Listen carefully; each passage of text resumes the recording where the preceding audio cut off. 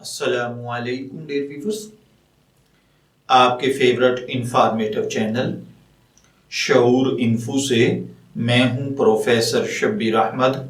ہمارا آج کا ٹاپک ہے آبش۔ اگر آپ کا نام آبش ہے یا اللہ تعالیٰ نے آپ کو خوبصورت بیٹی سے نوازا ہے اور آپ اس کا نام آبش رکھنا چاہتے ہیں تو اس ویڈیو کو مکمل دیکھیے گا، کیونکہ آج ہم آبش نام کے ساتھ جڑی ہوئی کچھ بنیادی معلومات لے کر آپ کی خدمت میں حاضر ہوئے ہیں۔ تو چلیے بڑھتے ہیں اپنے آج کے ٹاپک آبش کی جانب۔ آبش کی اردو املا میں جو حرف استعمال ہوتے ہیں وہ ہیں الف مد آ، بے اور شین، جبکہ انگلش میں اس کے سپیلنگ ABISH یا پھر کچھ دوست AABISH کے ساتھ بھی کرتے ہیں۔ جنسی طور پر یہ نام لڑکیوں کے لیے مخصوص سمجھا جاتا ہے، مذہباً یہ ایک مسلم نیم ہے۔ ہماری ریسرچ کے مطابق آبش نام کا بنیادی تعلق ہندی زبان سے ہے۔ علم الاعداد اور علم جفر کے ماہرین کے مطابق اس کا خوش قسمت نمبر 5 کو سمجھا جاتا ہے۔ دیگر لکی نمبرز میں 2، 7 اور 9 کے ڈیجٹ شامل ہیں۔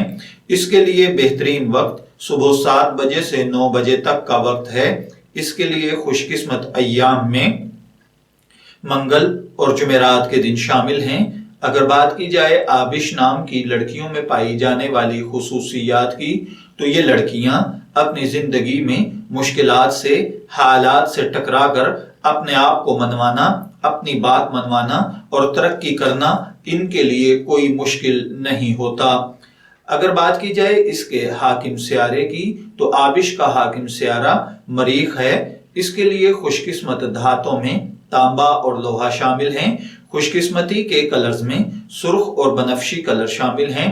خوش قسمتی کا پتھر روبی ہے اور دیگر حامی پتھروں میں ہیرا شامل ہے۔